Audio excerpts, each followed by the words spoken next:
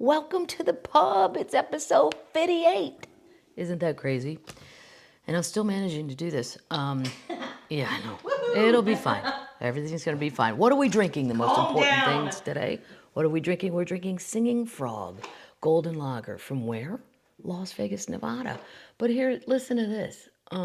He sings, he entertains. The virtuoso Singing Frog at the Wynn Las Vegas has become a beloved icon at the resort. Well, I never saw a singing frog. I've never seen a frog. A fake one or a real one? No. I walked through the lobby 100 times. God dang, how did I miss it? Serenading guests from his lily pad atop the Lake of Dreams. Well, I didn't see a lake either. That sounds fantastic. Maybe it's because all I saw was a video poker machine. I don't know, but I didn't see any of this. But I really love the can, Singing Frog, and it's in my pint glass that says what?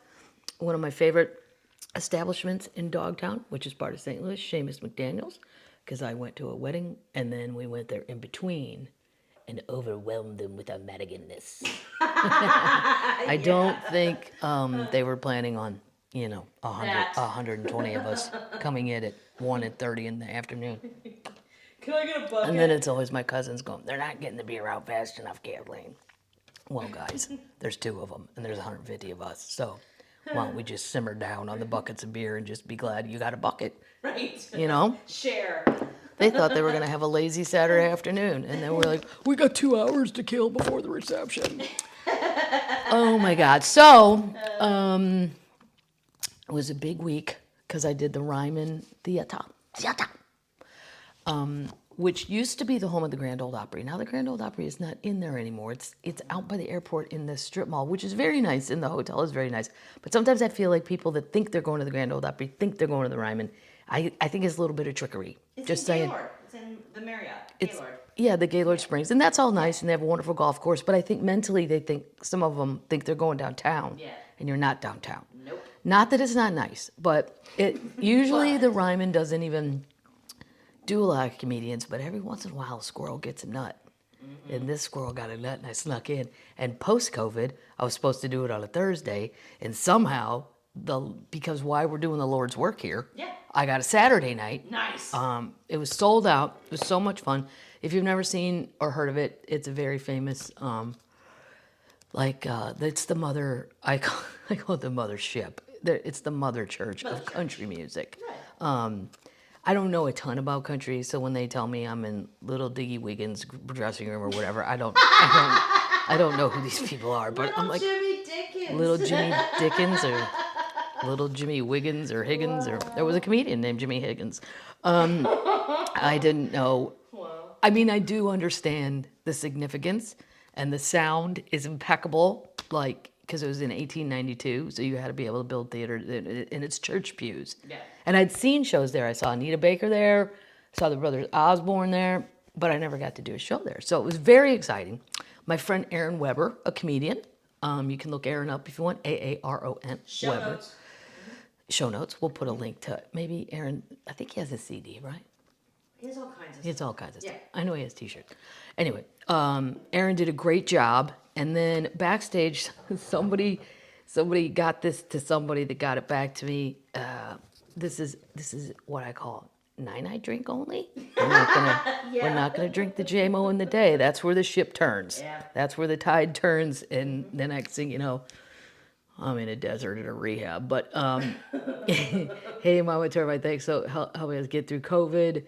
The COVID shit show. We love you. Also, we know that you have a birthday coming up, which I do. Cheers. And then I can't. Ruby, I think. Yeah. Ruby. It's hard to read. Ruby and Remy. A whole bottle of JMO. Nice. That's what I'm talking about. That's love. That's love. Yeah. Because this isn't, cheap. No. And I would be tempted to keep it for myself if I was that person.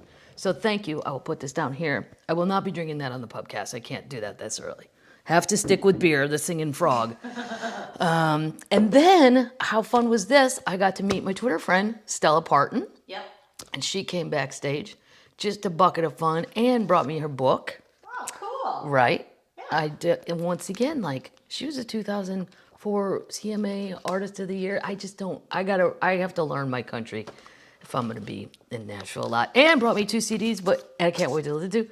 and then hilariously brought me a pack of ranch. Yes. She's fantastic. So the Ryman was great, and then coming up we got Chicago and Milwaukee, and then Green Bay and Minneapolis. So if you termites are anywhere out there, and then you can come see me there. And then all the spring dates were released.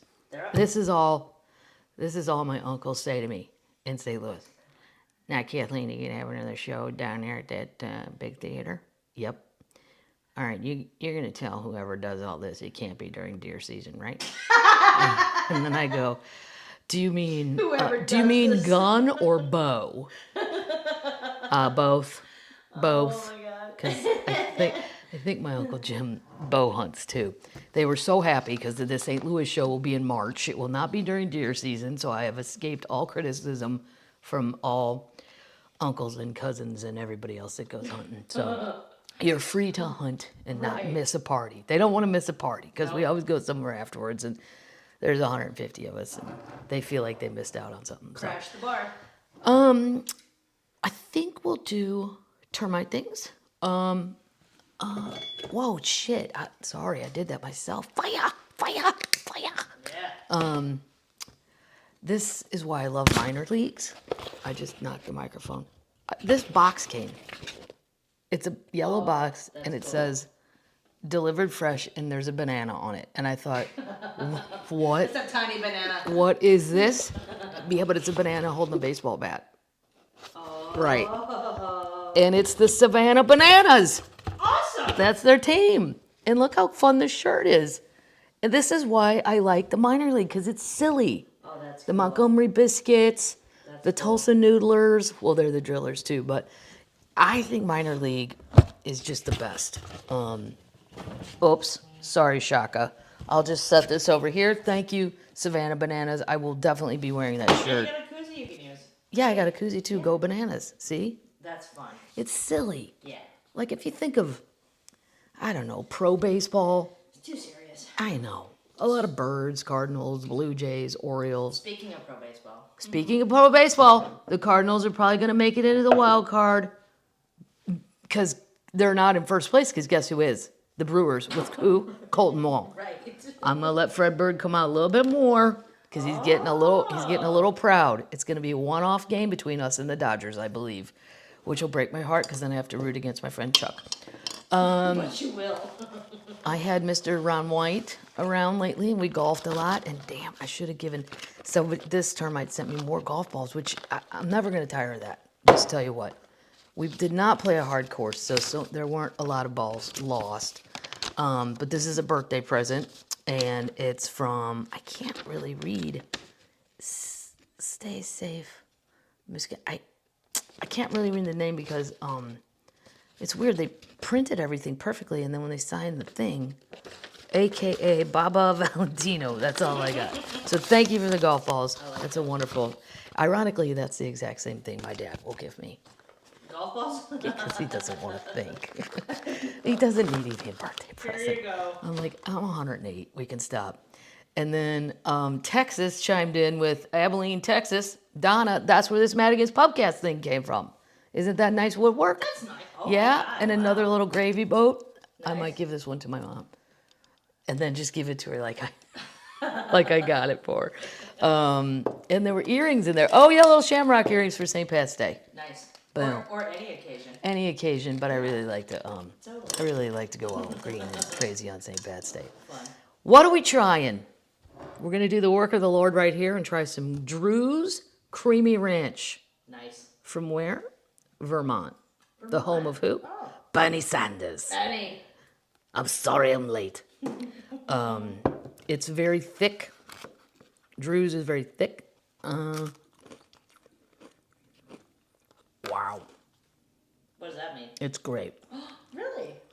And it's organic. And it's made with organic sunflower. You don't care that it's organic. I don't care if it's organic. I mean, at this point, I've so much put bad crap in my body. There's no saving it. But, wow. Vermont, or if you see this in your store, it's the perfect mix of thick and tangy. There's a tang to it, which, A+. Wow. Way to go, Vermont. You're not kidding around with your ranch. this is truly the work of the Lord I'm going to do right here. Because I love Captain Crunch.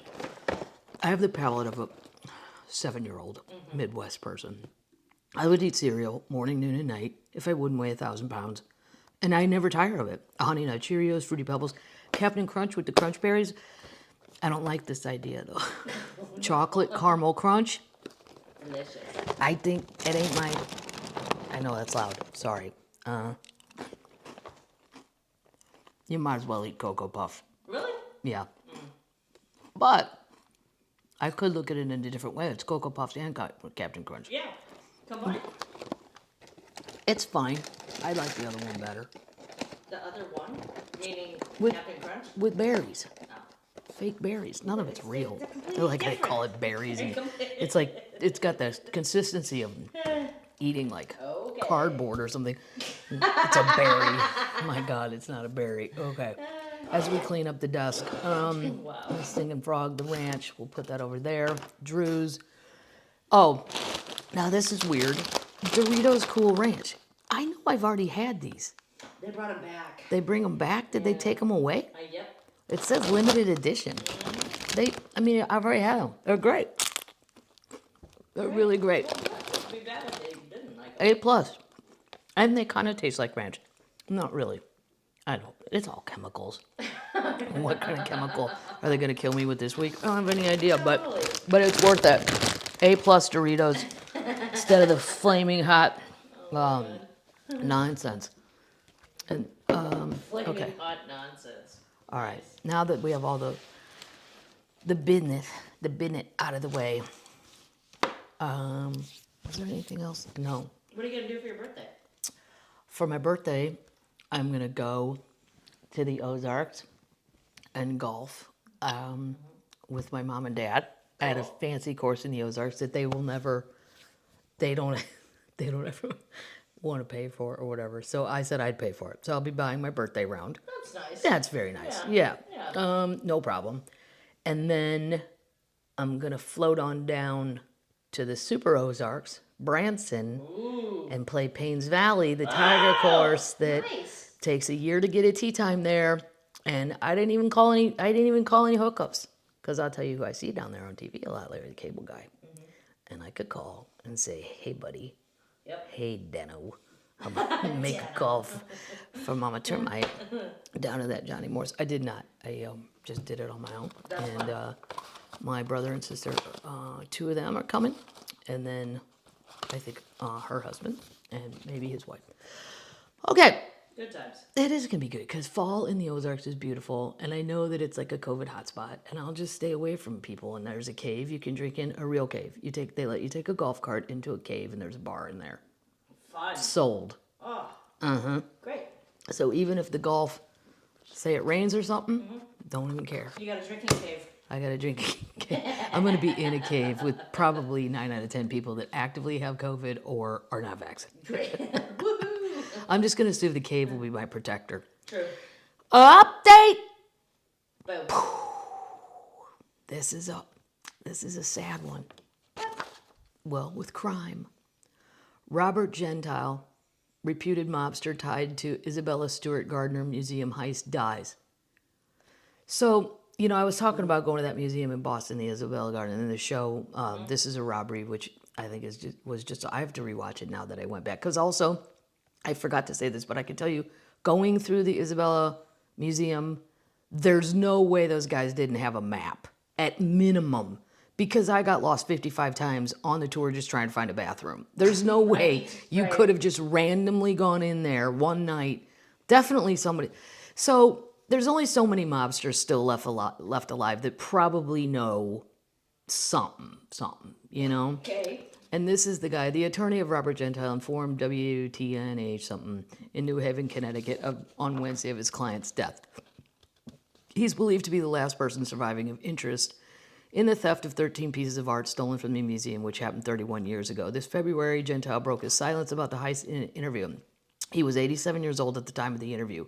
And then we know it, 1992 men disguises. They tell you about the crime. We know about that. In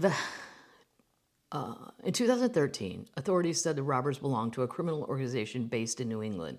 Investigators said they tracked the art to Maine, Connecticut, and Philadelphia, but the trails all went cold. The map that they put up on that show, this is a robbery of where they think the art went. You'd have done better telling me where you don't think it is. Right. Holy God Almighty! This is embarrassing for the FBI. Well, we heard it was in Philly, and then it was at a cocktail party up in Maine, and then it made its way down. I mean, the map goes like a child got a hold of a crayon and wrote on a wall. It's embarrassing. They say the FBI said in 2015 that two suspects are now dead. That the two suspects are now dead.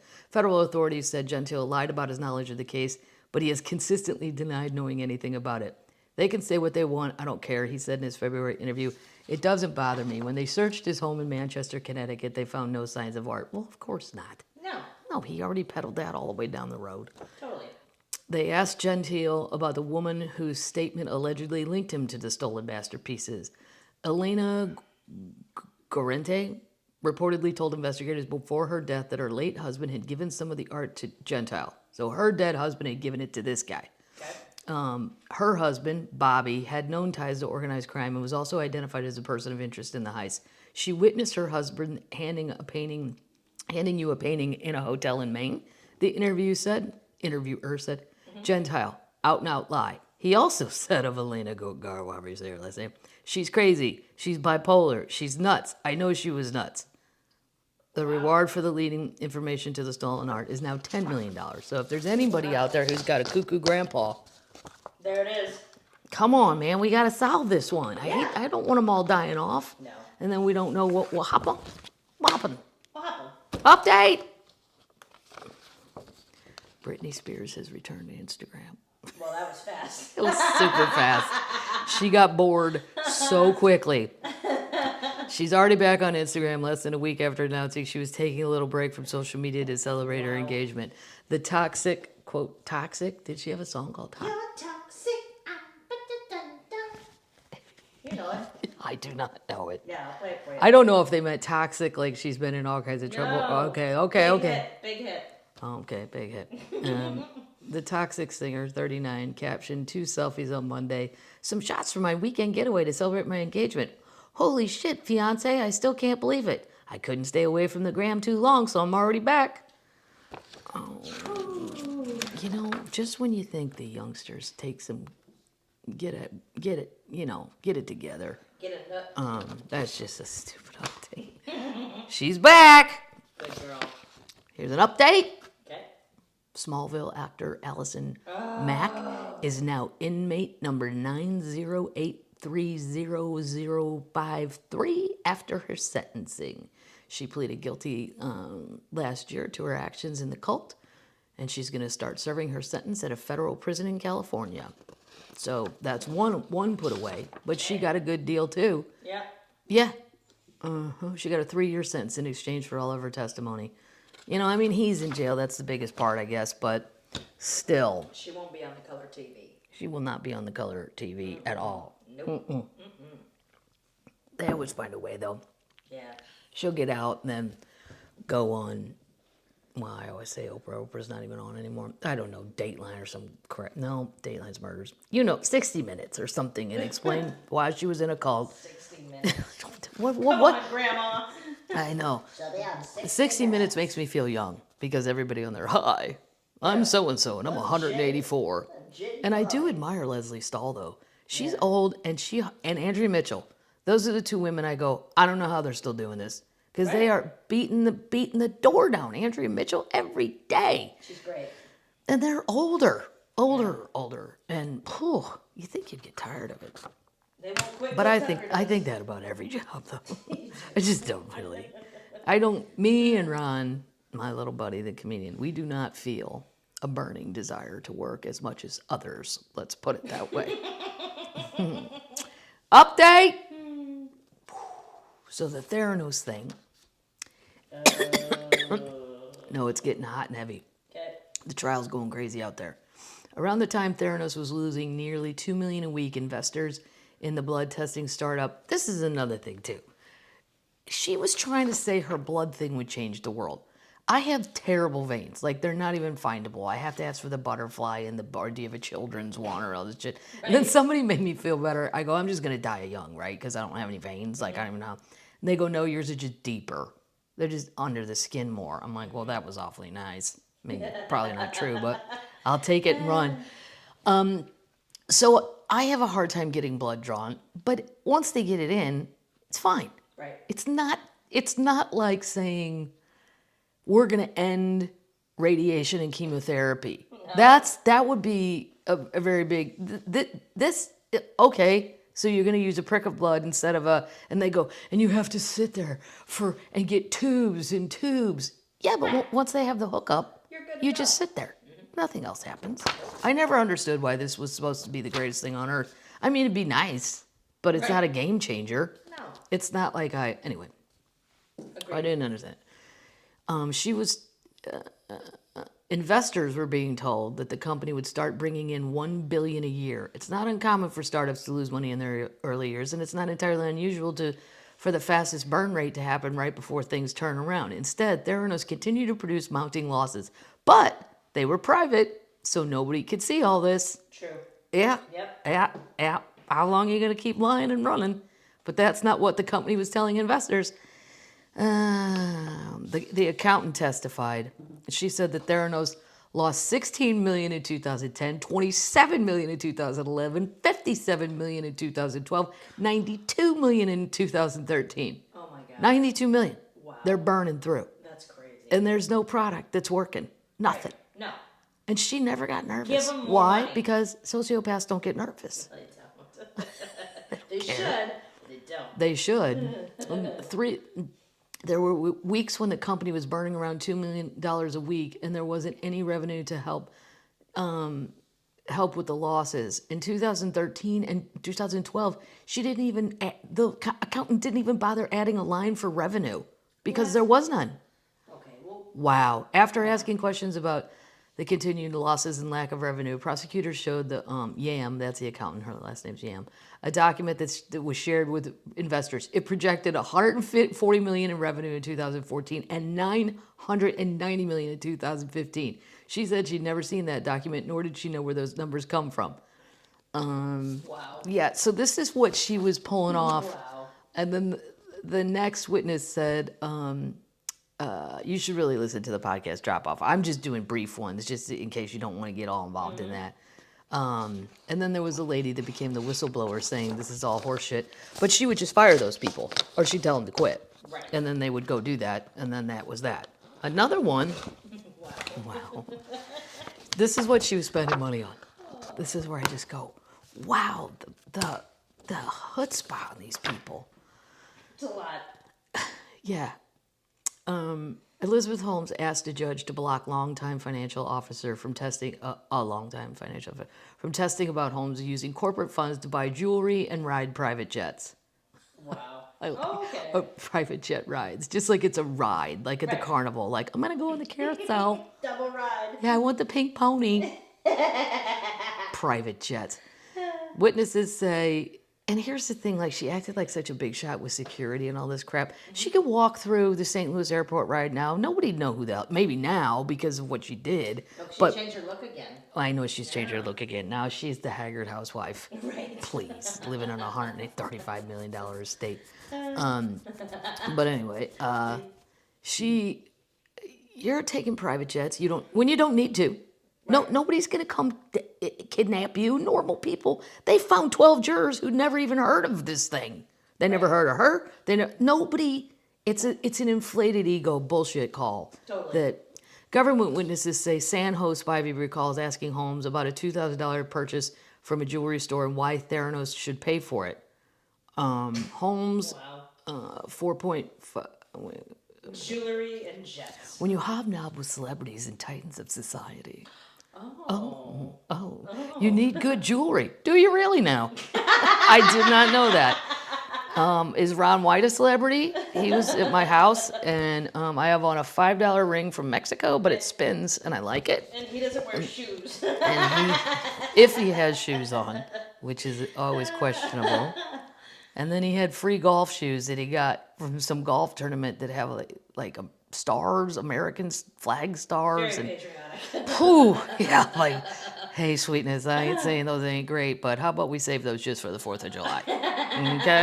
Okay? He loves them, though. He loves them. Former CEO Elizabeth Holmes owns some of the finest jewelry. So when Holmes charged $2,000 item at the store, it wasn't out of the ordinary, except the person who managed the finances for over a decade, Sohan Spivey, began asking questions.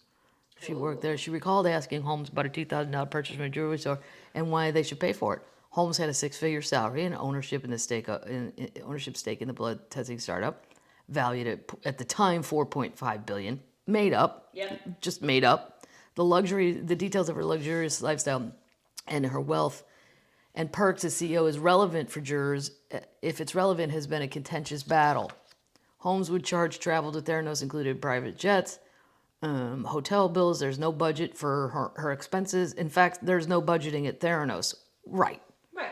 Yeah. She was chauffeured with a heavy security detail. Completely unnecessary. Correct. Former employees recalled when she wasn't chauffeured, she was driving her own car, the latest Range Rover. That's not cheap either. She stayed in luxury hotels and relied on multiple Theranos paid assistants to run her lavish shopping sprees, including home decorating, jewelry, clothes, and yeah, you can't take the money out of the pot of the people investor. No. I don't. That's just so. Anyway, they are going to get to testify. They are testifying. Yeah, she lost her battle to keep all that out. Good. Yeah, we can't keep that out. We need to know where the money went, what you did with it. Last update on Elizabeth. Thank you. I know. Maybe I'm going to save this one for next week. No. Yes. Do it, God. No, I'm going to save it. No, this is what happens when you lash out. Something to look you get forward punished. You just got punished. Oh, okay. News. We're on to news. Okay. This is crazy. Samuel Adams' new beer is so strong it's illegal in 15 states. No. Oh, I do enjoy a Sam Adams occasionally. Can't say that I buy it often, but I like it on the East Coast. Cool. And I really like to have it with clam chowder, and then I pretend I'm Paul Revere. Have you read Cold I Snap? tend to drink it more on the East Coast because it's more prominent there. Wow. Delicious. Sam Adams is launching a new limited beer, and it packs such a potent punch. It's illegal in 15 states. The brewer released a new version of its Utopias brand every 2 years. I didn't know this. And the 12th edition will be on shelves starting October 11th. But here's where you don't bother to look for it here. Alabama, Arkansas, Georgia, Idaho, Missouri, Sad times. Mississippi, Montana, North Carolina, New Hampshire, Oklahoma, Oregon, South Carolina, Utah, Vermont, or West Virginia. Utopia is illegal in these states because they contain 28% alcohol by volume. Holy shit. Wow. More than 5 times the potency of typical U.S. brews. Okay, but why can't you just tell people that? And then limit them. You get one. You just share one. Especially, Share it I'm with not a friend. sharing. No, Come on. one per person. Okay. And then my mom wouldn't want one, so I could have hers too. Right, true. Right. But even places where the brew can be sold, it still might be difficult to get your hands on. These beers, the Utopias, were first introduced in 2002, blah, blah, blah. You don't need to know all that. But if you're not in one of the states I mentioned, which, by the way, I have a funny story from when I read Alabama. A friend of mine, I won't say who, was at a strip club in Birmingham, Alabama. I bet I know that friend. Let's just say I know that friend from comedy. And he's older, and he called me laughing his ass off because at the strip club, they had a live vaccination station where you could get vaccinated on the spot. 26 people at the strip club did it because they had a chance to win $1,000. There's going to be a drawing at the end of the month, which I would say I need to see the picture of the winner because I don't even think there's a drawing. So 26 of them. Wow. And you know the governor of Alabama, Kay Ivey, Okay. she's the one when they asked her on CNN, how can you get more Alabamians to be vaccinated? She goes, I don't know, you tell me. Right. I don't know what's wrong with these folks. And I was like, whoa, that was like an Alabama grandma just jumping your shit. Like, you asked the wrong question. And I said to my friend, I go, somebody should tell Kay Ivey the governor, if 26 people at a strip club, customers, not the girls, Right. did it, which is a chance to win $1,000, Right. let's spread that drawing out. Let's have 100,000 of those. Right. Boom. And then you really don't ever have to say the winner. I'm just saying. They're coming You could back. get They're away. gonna find out. Oh yeah, they are. No, they'll just be going, who won? You just go, Billy. Bob. They all know somebody named Billy. Terrible news if you're a kid in China. Okay. Are there any Chinese children listening to Madigan's Pubcast? They're working. Doubtful. This is crazy. I don't know what my nephews would do, especially the autistic one, because he loves the technology. There are many parameters put around it. It never works, though. No. My brother will say, well, here's what we're going to do this week. It all falls apart by Wednesday. Totally. I'm like, hey, how'd that whole new pattern with him go? Yeah, we gave in. We bailed. And all I hear is in the back. First thing he says to me when he's, Aunt Kat, can I have your phone? Hey, buddy. China has barred online gamers under the age of 18 from playing on weekdays and limited their play to just 3 hours on most weekends, marking a significant escalation of restrictions on the country's massive gaming industry. Wow. It's shocking. Yeah. Yeah. Starting this week, minors will only be allowed an hour of playtime, video playtime, between 8 p.m. and 9 p.m. on Fridays. They're even going to tell you when you can do it. Weekends and public holidays, according to a statement from the Chinese media watchdog, the national press and publication, something that was posted by a state news agency, Xinhao. Xinhao? Xinhao? Xinhao? I can't do it. Me neither. The move represents a huge tightening of their earlier limits set in 2019, which had restricted play to 90 minutes on weekdays, 3 hours on weekends for children. Authorities said that the restrictions were put in place to help prevent young people becoming addicted to video games. Okay. I mean, I'm going to tell you right here what you got is communism. And I think we all know that. Dummies. There was a gas station in Tennessee, too. Somebody sent me, my friend Chuck sent me. The gas station put on their digital thing, if you come to shoot us, and there's a picture of a syringe, meaning the COVID shot, Yeah. just know, and then the thing changed to, we shoot back. And a gun. What? Yeah, it was at Lewis's country store. I sent it to Lewis Black. I go, the Lewis down here is not like the Lewis up there. And then after that, it said the next variant is communism. Come on. I know. For real? I don't think anyone at the gas station can tell me the definition of communism. I think we should go for a field trip there. I don't know how long they could keep that up. I imagine somebody would have told them. It. But I mean, this is communism, and they're setting the rules. But I also think the video games have gotten kind of nutty. But then there's kids that are making a whole living gaming. So these giant like arena filled things where they play video games, and it's like a sporting event, and there's winners and they win millions of dollars. So if that's their talent, Make your country proud. That's right. Get there and make your country proud. Do it. They don't like it. No. I'm not going to go. The rest of the article's boring, but it's all about teenagers being addicted. I'm just saying, if you try to pull that off here in America, ain't gonna fly. Bye. Okay. Bye-bye. Oh my God, this is horrifying to me. It will be my friend Ron White's mother's dream. His mother goes cruising like every... Miss Barbara. Miss Barbara goes cruising, even when like COVID had just kind of gotten over. Well, Ron, I've seen all kinds of cruises on sale. And he's like, well, yeah, Mama, there's a reason they're on sale, Mother. It's because there's a pandemic, and many old people, that would be you, are dying. And then he goes, I just can't stop her. Who bought the first class ticket to Seattle? You did. To get her there. Well, I know, but once she gets something in her head, all right. Miss Barbara may or may not like that. I don't know what kind of cruise ship she likes, but largest cruise ship in the world with zip lines and pool bars. Well, they all have pool. They all have pool bars. Multiple. Usually, you got to get off the ship to go zip line in the Mexican jungle, which I'm never going to do. All I think of is my dad being a lawyer, going, "What kind of insurance is around here?" And then when they make you sign that piece of paper, because they're like, "Oh, they made me sign a thing."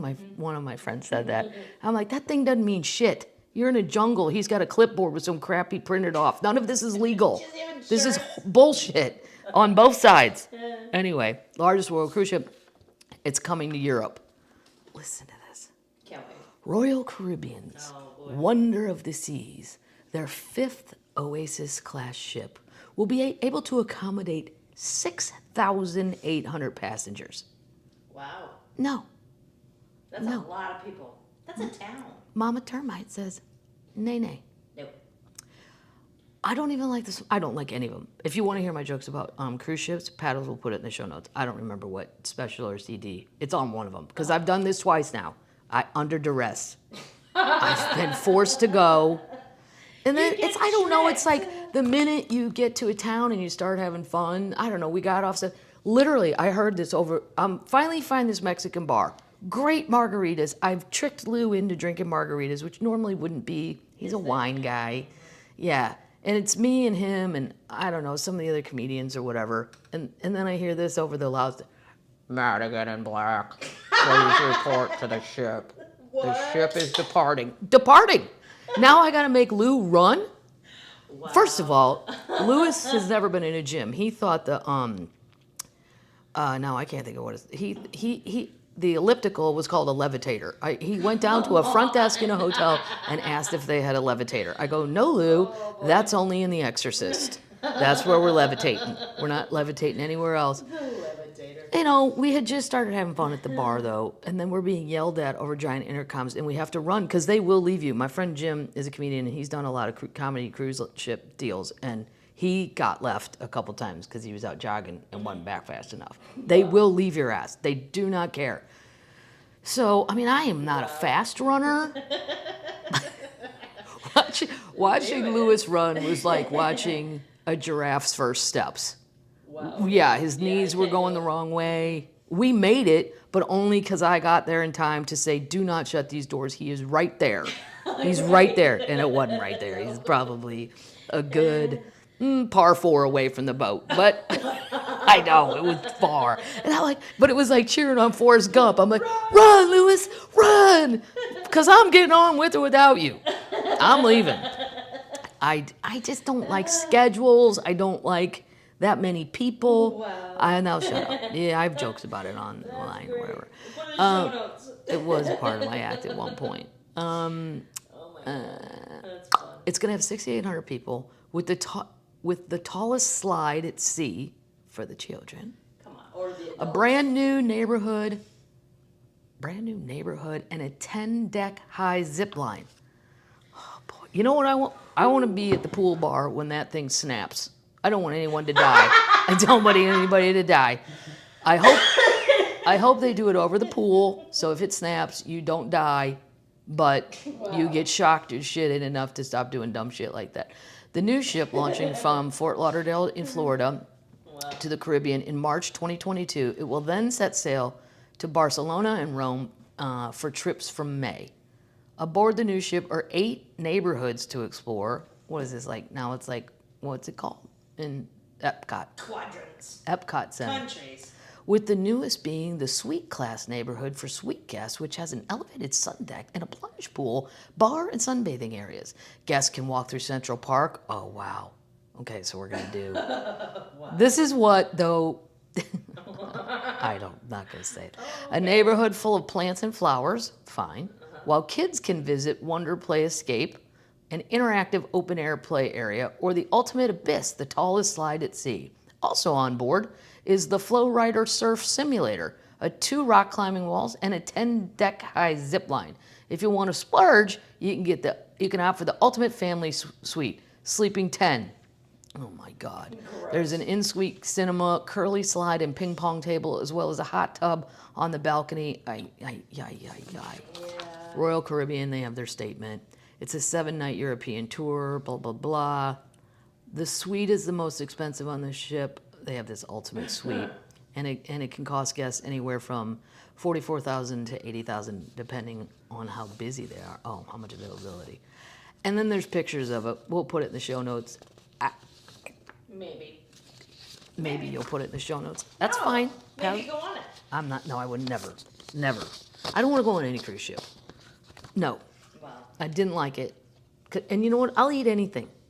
I don't care. I don't care about food. That's Lou's deal. Food. We'll eat anything from a gas I'll eat anything from a gas station, absolutely. I could live at a gas station, no problem.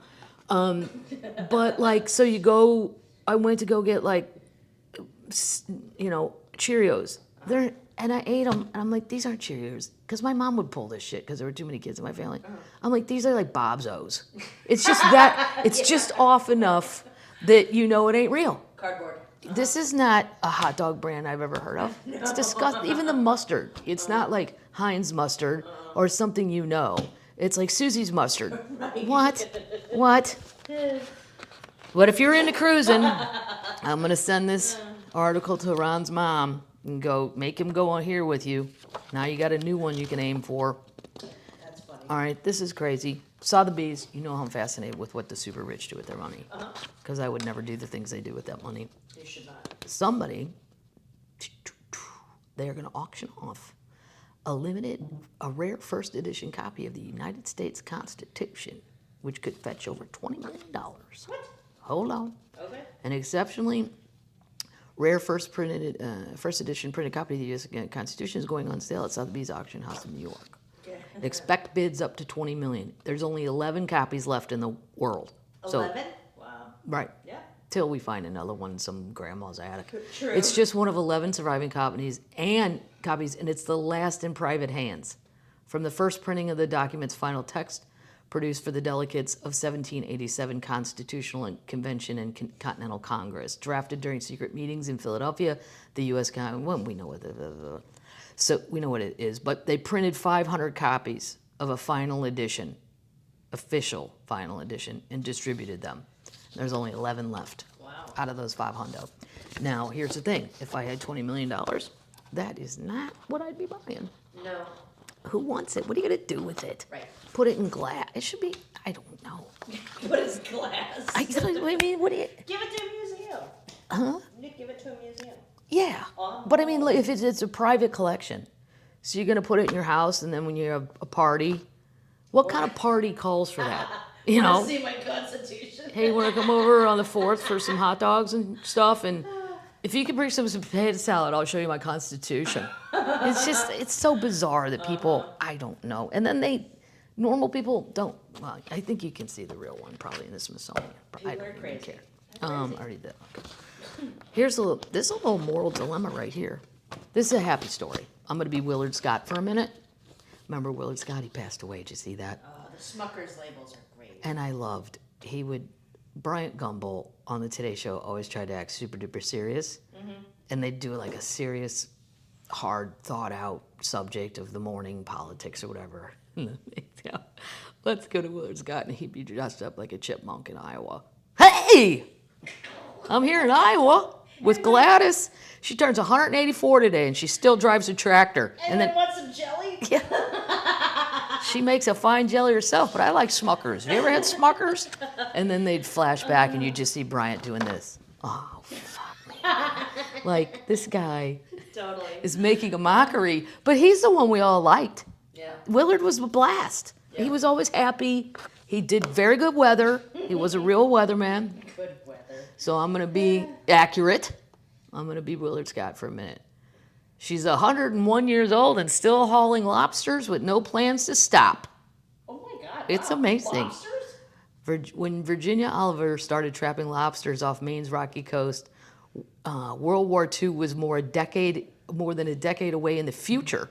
The electronic traffic signal was a recent invention, and few women were harvesting lobsters. Nearly a century later, at 101, she's still doing it, the oldest lobster fisher in the state and possibly the oldest one in the world. Oliver still faithfully tends to her traps off Rockland, Maine, with her 78-year-old son, Max. Shut up. Her son's 78. Oh my God. Oliver started trapping lobsters at age 8, and these days she catches them using a boat that once belonged to her late husband and bears her own name, the Virginia.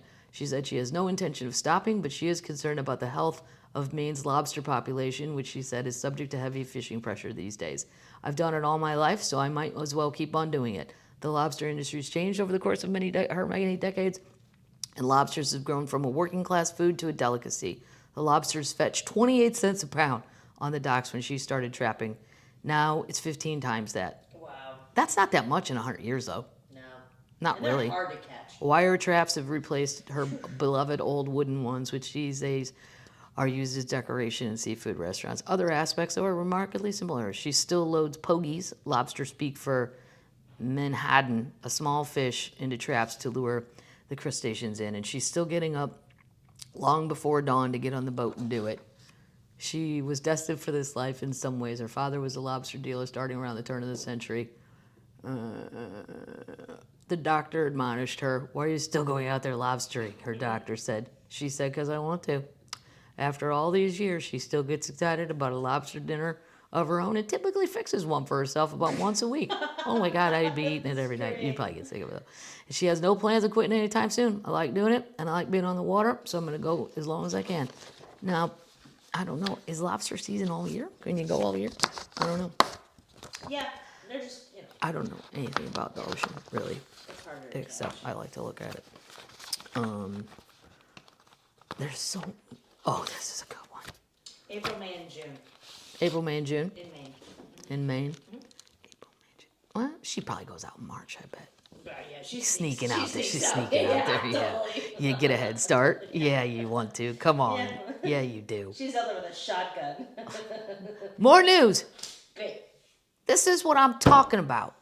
And it doesn't happen in America. Egypt is building a $4.5 billion high-speed rail line.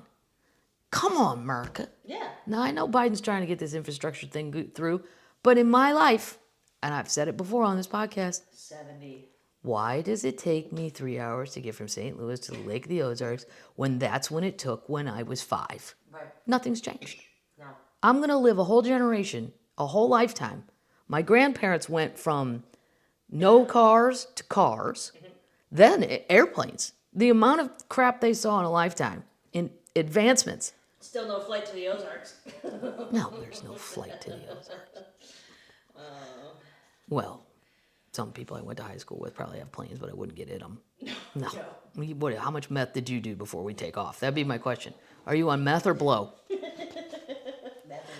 Passengers and cargo will soon be able to shoot through the Egyptian desert aboard a high-speed train in the first for the country.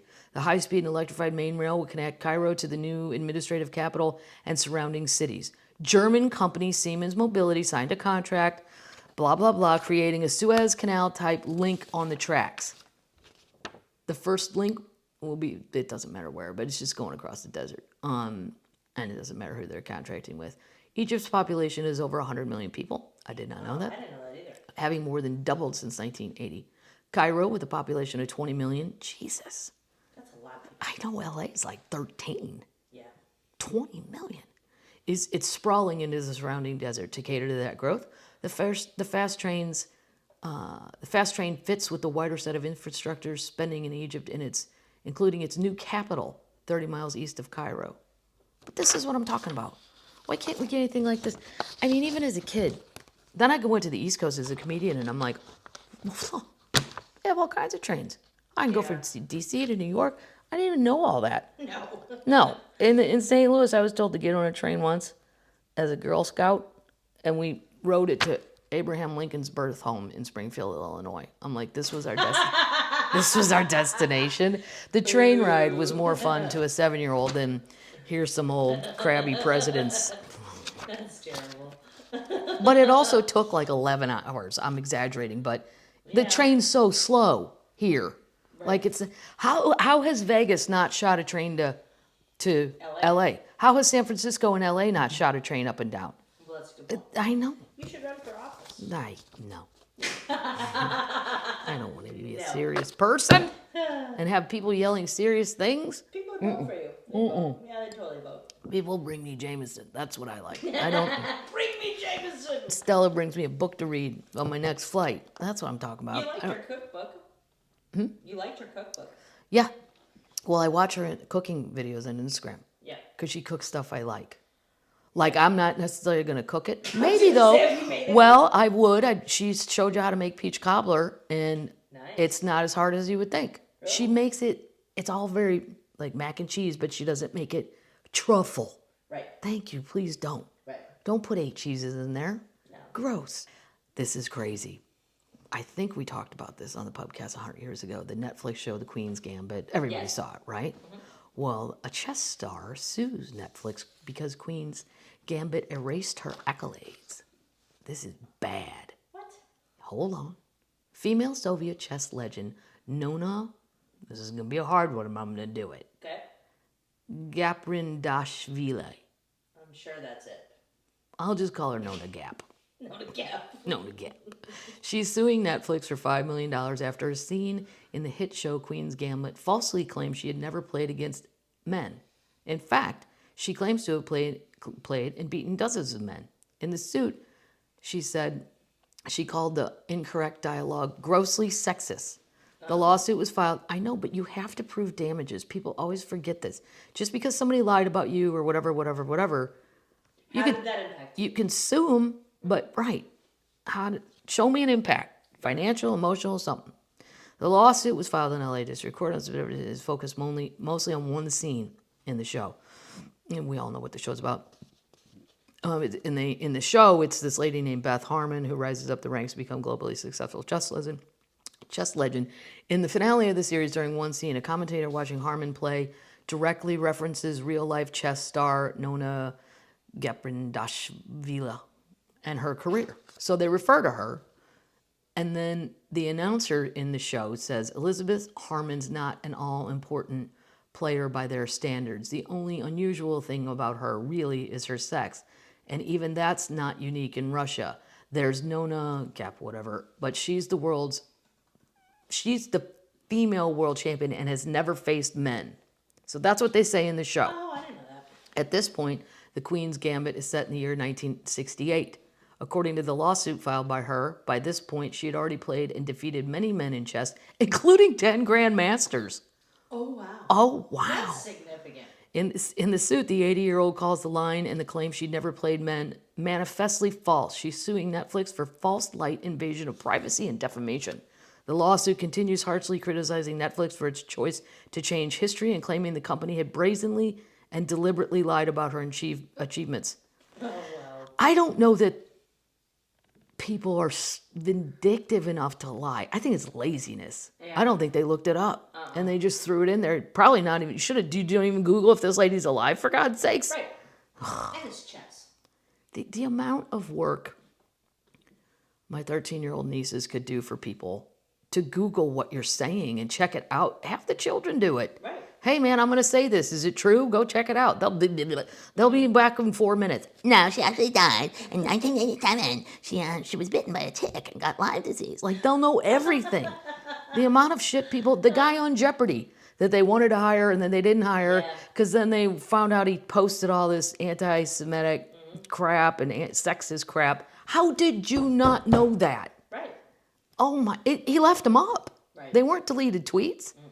I could have had Claire and Emily do that in 10 seconds. See this photo? This is this man's name. What do you think? I want a full report in 45 minutes. I'll give you $10. Okay, you don't even have to pay us. Thanks, Thanks, Cat. The lawsuit continues that they blatantly and deliberately lied for the cheap and cynical purpose of heightening drama. Well, that might be true. Yeah. If we're going to say our character is going to be the first one to beat, yeah, they did it on purpose. Yeah, I never thought about that. By making it appear that its fictional hero had managed to do what no other woman, including this lady, had done. Netflix said in a statement to the Time that the streamer had the utmost respect for the legendary chess player, but he believes the lawsuit has no merit. Oh, I think it does. And will vigorously defend the case. She found the whole, in an interview with the New York Times, the lady, Nona, found the whole situation ironic. Netflix was trying to do this fictional character who was blazing the trail for other women, when in reality, I had already blazed the trail and inspired generations. I'd be pissed. I just don't know. I don't know. I think what she wants is a payout, and she should get a payout. That show had tons of viewers. It probably made a ton of money. Somebody throw Nona $100,000. Thanks. No. Court is adjourned. Boom. She doesn't even have to prove anything to me. If I was a judge, I'd say, you know what, that's horseshit. And you people have a lot of money. Bye-bye. Pay her. Yep. All right, here's my moral dilemma one. Yes. Well, no, we're going to do this one because this one makes me laugh. Wow. Warren Buffett makes me laugh. I wouldn't want to be married to Warren kind of a stick in the mud. He makes you laugh? Yeah, because he's like a time traveler. He's super old now. He has a pocket watch. Pocket watch. Yeah. I'm sure he does. Yeah. And he lives in Omaha. And you can drive. I don't know if you can anymore, but 20 years ago when I was working at the Funny Bone in Omaha, we would just drive by his house to see if we could see him. Come on, there's not much else going on in Omaha. What are we going to do all day? And I was like, we could go look for Warren Buffett. Come on, I have a car. Wow. Let's go. You can drive right by his house. Go look for him. He's so frugal though. I mean, to me, if you watch shows about him and stuff, in modern day times he might be on a spectrum, which could also be why he's so smart. He's very smart. This is if you want to save money like Warren Buffett. Okay, this is what you're going to have to do. 9 ways following Warren Buffett's frugal habits could save you money. He might have billions of dollars to his name, but unlike other celebrities and financial gurus, Warren Buffett prefers to live life simply. The Oracle of Omaha. OOO. There's your acronym. Why, see, I'd have merch printed up with that. OOO. Oracle of Omaha. He won't be found living in a mansion in the Hollywood Hills, collecting a fleet of fancy sports cars, or dining daily on foie gras, and caviar. The investing icon practices what he preaches when it comes to financial discipline. See, just upon hearing those 2 words, I'm like, blah. Discipline. I know. Even my brother knows not to use words like, I'll hang up. Don't you use strict words like discipline. Don't talk to No, me my like brother that. has to finesse it. Hey, man, I had some ideas to just save a couple bucks. And then I go, all right, what? But if he would say, let's discuss your financial discipline. Yeah. Simple living can pay off in the inflationary environment that's emerged since the COVID.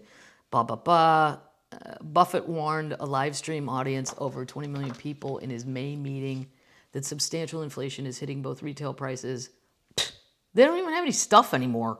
Who cares what it costs? It ain't there. Have you been CVS? I was in CVS. All the cold medicine looked like the thing had been looted, and it's a fancy CVS. It's a nice one, a new one. They don't have the stuff, so I guess it doesn't matter what it costs. Here's what you're gonna have to do if you want to be like Warren.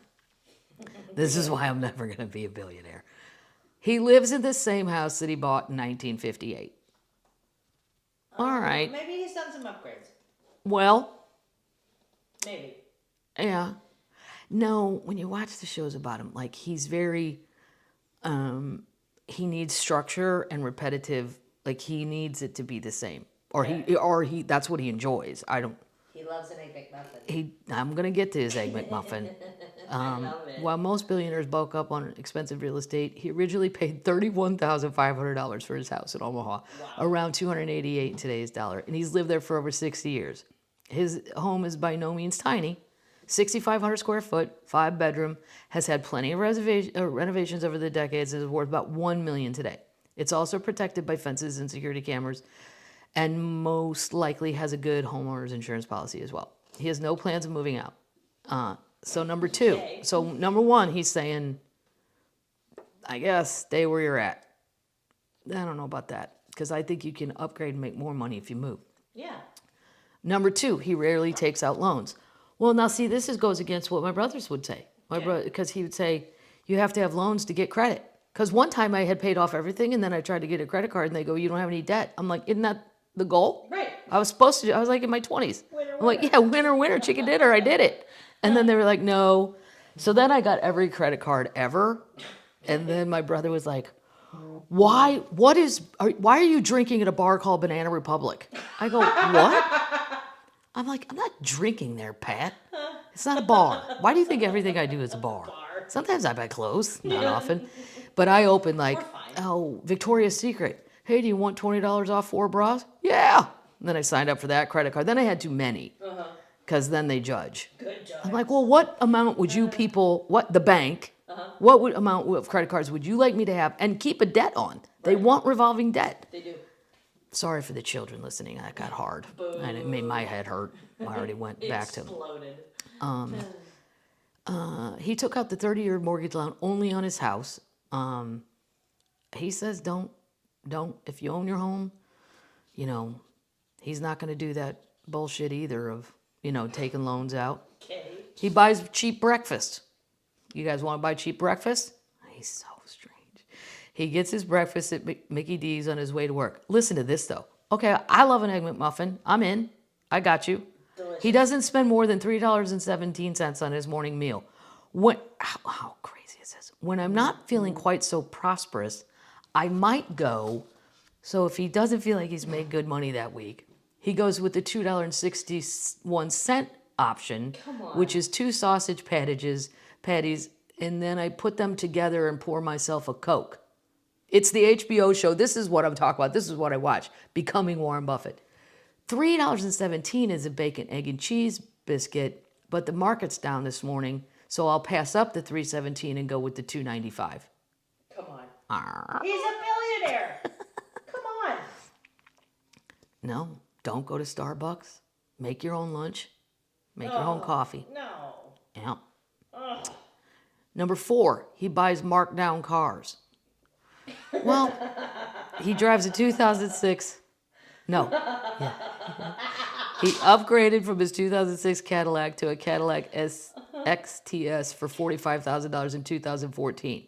Truth is, I only drive about 3,500 miles a year, so I will buy a new car very, very infrequently. And I'm going to guess there's probably not another one coming. He's like 88. Wow. Yeah. I'm with him on this because I don't care about cars. So I could do that. What do you But drive? I drive a 2007 Mercury Mariner, and I love guys it. could be married. And now that I said Mercury Mariner, you people will see them on the road and go, huh, there's Kathleen's car. Because there's a lot of them out there. Mine is chocolate.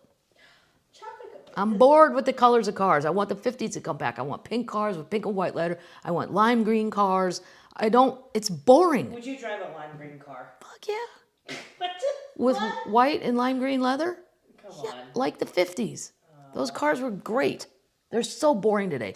When you fly over like a big city and you see the airport parking, white, black, red, white, gray, just the same. Silver. What's your car's name? My car's name is Michael. And I don't know why, it just felt like a Michael. No specific reason. Okay. Number 5, he doesn't splurge on brands. I'm with him on that. I don't care. TJ Maxx is fine. That's Still fine. buy a brand. Yeah, but I'm buying the brand that didn't work or, Has a longer arm than the yeah, other. one arm's longer. Come on. I don't care. He relied on his $20 flip phone for years before swapping it out for the Apple smartphone in 2020. Despite the upgrades, he doesn't use any of the iPhone's fancier functions. He avoids unnecessary spending and once said, do not save what is left after spending, but spend what is left after saving. Boo. What? You didn't understand that? I did. Well, I can say it again. I feel it. It's confusing, I know. Yeah. You just said it so quickly. Pack your funds in a high yield savings account so they can be accumulated and interest can grow over time. Boom. I'm so glad he wasn't my dad. My dad spent every dime the minute he made it. And we had a blast. I mean, that some months we didn't have any money. He was self-employed and it'd just be like, wonk, wonk, sad times. But boy, when we got it, we spent it. He was never, ever tight with a buck. He probably could have been a little tighter, as it turns out when you retire at that age. He doesn't invest with borrowed money. Okay. I've never thought of doing that. No. Like, I'm going to go get a loan and invest it. That'd scare the shit out of me. Yeah. Yeah, I wouldn't do that. No. Nor could a lot of people get that. I've never borrowed a significant amount of money in my life. Never will. I've got no interest in it, he told students at Notre Dame in 1991. He once borrowed 25% of his net wealth to buy shares. He warns, he borrowed 25% of his net wealth to buy shares. He warns investors against repeating the same mistake. Even skilled stock traders will tell you borrowing to invest can be risky. Yeah, and I'm a gambler, but I wouldn't do that because that's serious shit. I mean, if you're doing real money. Right. Number 8, he finds creative ways to save. Oh, here we go. Oh, God. Everybody Boring. has a relative like this. When Buffett's first child was born, he converted a dresser drawer into a bassinet.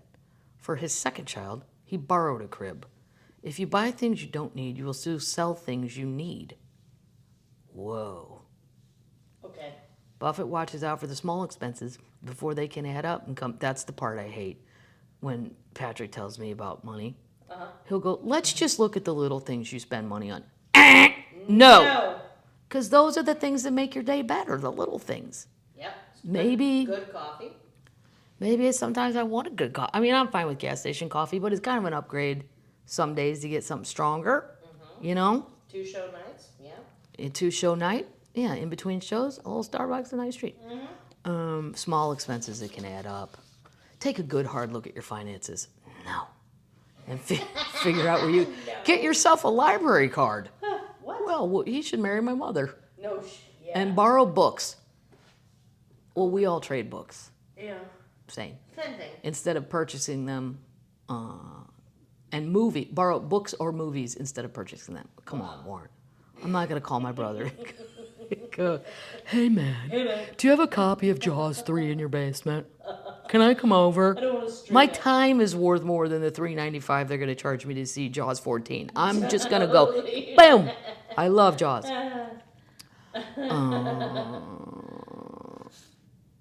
He uses cash, not credit. Well, guess what, Papa? That ain't gonna work for much No. longer. No. There's a No. coin shortage. Yeah, there's a coin shortage for sure. He uses hard cash. 98% of the time, if I'm in a restaurant, I'll pay cash. It's just easier. Well, I was tipping cash. So if they don't want to report that, the servers don't have to because I was a server myself. While your method may sound a little bit old school, relying less on your credit card can help you prevent spending money you don't have. I know, but that's why I use it. Right. I don't want to think about it. I would have to teach a whole different class than Warren's. And I would tell you what I would do and how to recover from the mistakes. Using the most of your available credit and falling behind on your monthly payments, right, affects your credit score only if you go super off-grid. And if you're struggling to pay off credit card, you might want to consider bundling it. No, don't bundle it in a debt constant. No, don't tell those people that. Don't ever meet with those people. That's a whole nother show. Don't. Thank you, Mother. All those ads, is your dad out of control? Give us a call. Because there's a reason on every single application for something they say, have you ever consulted with a debt consolidation? And then if you say yes, it's okay. This is great. This isn't the last thing. I have one more thing after this. Great. I am obsessed with Sir Walter Raleigh's colony vanished over 400 years ago. Scientists are still looking at it. It's the lost colony. Where? I think it's in Virginia. Roanoke. Well, no, it's not Roanoke. That's what they, here's the deal. Okay. It's what Roanoke American Horror Story was not really even based on because they were not pioneer people. Okay. These were pioneer people. It's the nation's greatest mystery, and that's what it says. It's one of the nation's greatest mysteries. The first permanent colony of English settlers in the United States would become what would become the United States, founded in North Carolina. So, okay, North Carolina.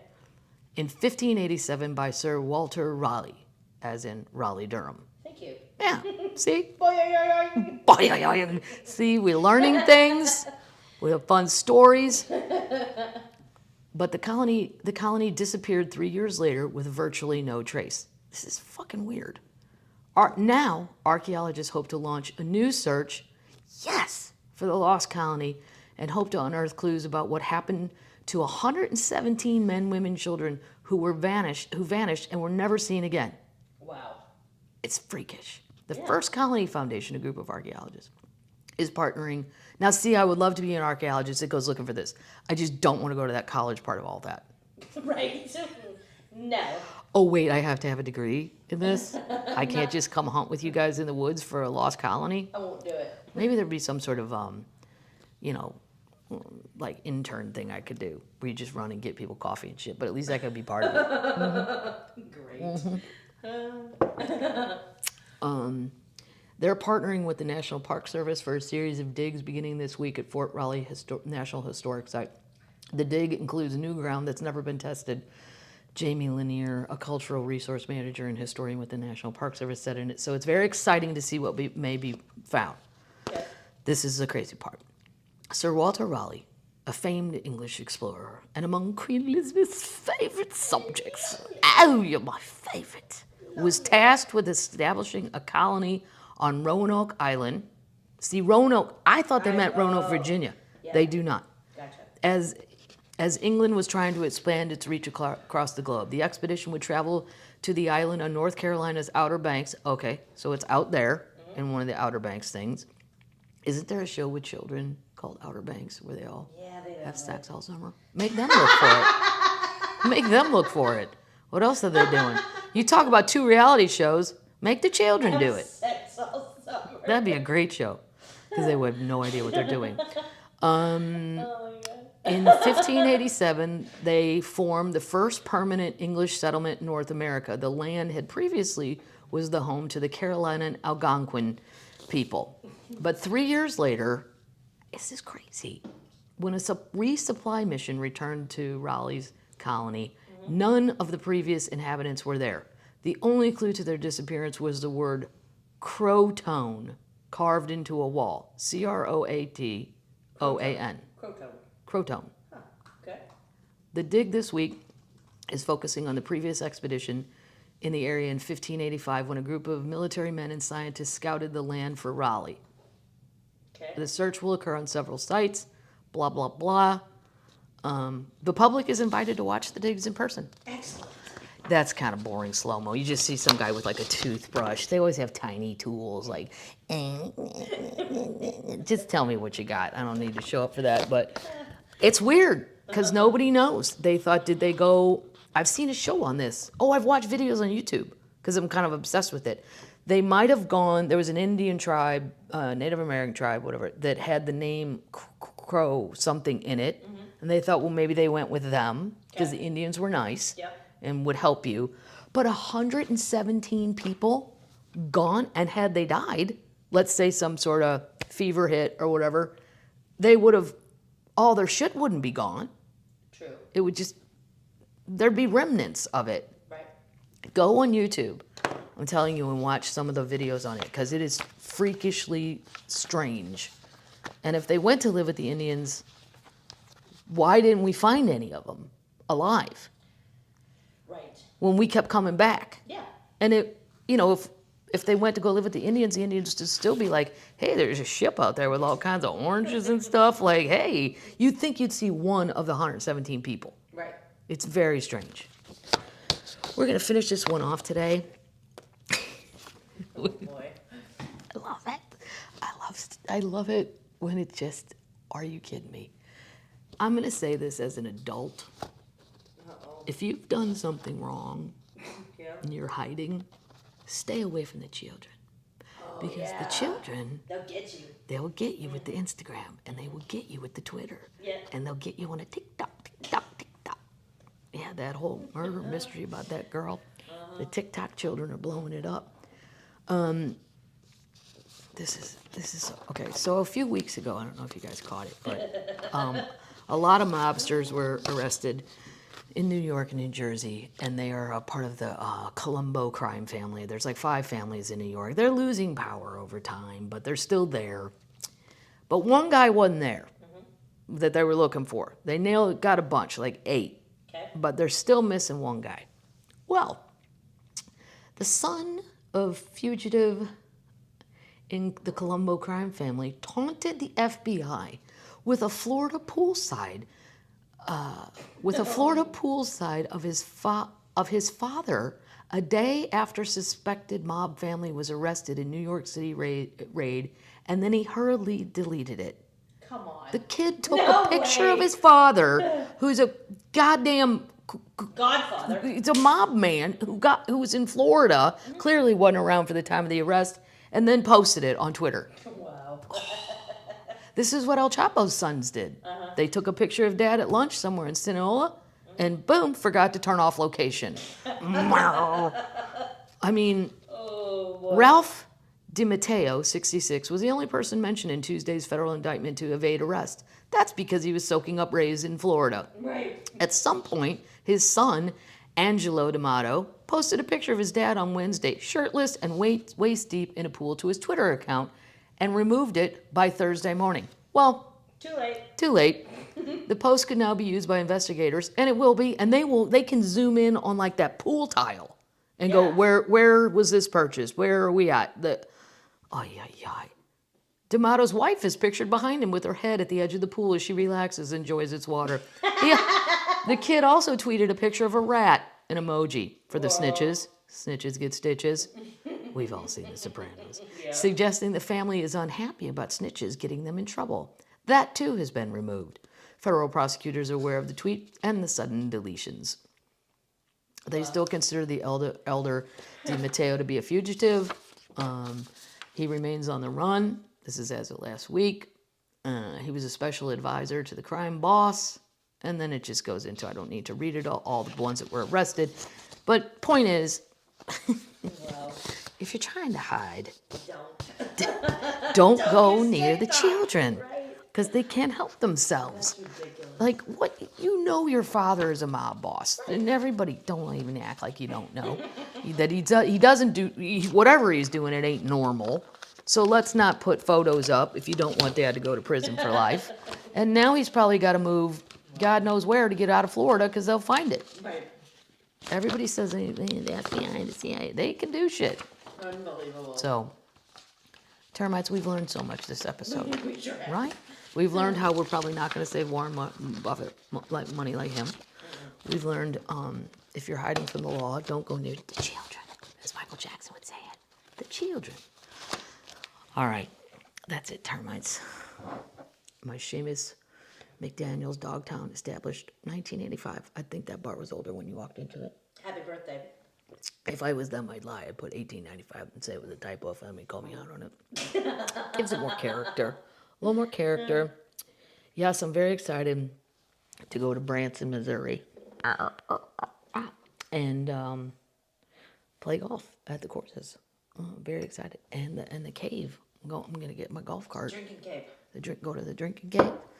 And it's a once in a lifetime deal because it's really expensive. It's crazy expensive. But what else are your old birthdays for, right? You have no children. I don't have any children. That you know of. Which means if I commit a crime, all I have to do is avoid nieces and nephews. Hey, Aunt Cat. My name's not Aunt Cat. Quat. My name's Elizabeth. What do you mean? All right, termites. I hope you have a good week. I'm coming your way. Milwaukee, Chicago, Green Bay. I forget. What? Minnesota, Minneapolis. Yeah. I need a walleye slider. I've had it on the brain for a while because. Green Bay. Oh. Yeah, Green Bay. There's all kinds of places. They're all in one. I'm very excited, and the shows have been going great. Everybody's very excited, I think, to be out. Yeah. I'd like to think that I'm just that funny, but there's also a little combination of just rabid people that have gotten out of their house. There's just, wah! I'm like, I don't deserve all that. That's a little bit of you going cray, which is great though. It's fun too. All right, termites. I need to go get a club sandwich at my lake bar. I'm coming. Yeah. I will buy you club sandwich battles for your work put in on the show. Your show notes. You got a compliment online. Thanks. I read it somewhere. Instagram, I think. I'd like a draft beer too. You're allowed. I'll buy two. Thank you. Yeah. And then, that's it, termites. So we're signing off. Behave yourselves. Be good, termites. How's your fantasy team doing? My fantasy team had a big comeback because the Packers got their heads out of their asses. Great. Yep. I have a meeting every week to make sure nobody has COVID. And make sure they're not drunk. And make sure they're not roided up because I don't want cheaters. Cool. And I'm in like the middle of the pack now because the first week the Packers were a disaster. But I don't give up hope on them. No. Even though Aaron Rodgers can be a whiny little brat. It's fine. I'm beating Lewis. That's all that counts. Oh no, I take that back. He's beaten me by points. He fell down off his high horse from week 1, thinking he was riding high into the Super Bowl sunset, and you're not. Super Bowl sunset. It's week 3. It's only week 3. Well, because his team, he had some players that didn't do so good, and he was like, "Are you going to get rid of the Packer people?" I go, "This coach don't panic." Because he's waiting for them. That's why. Yeah, he wants them. Any reason you might want to get rid of Devontae Adams? No. And no. No. And I will not be giving up the kicker either. That's a lot of fantasy talk for people. A lot of people don't even know what I'm talking about, so I'll shut up. I can turn up. Fire! All right, termites. We'll see you next time. Night, termites. fun.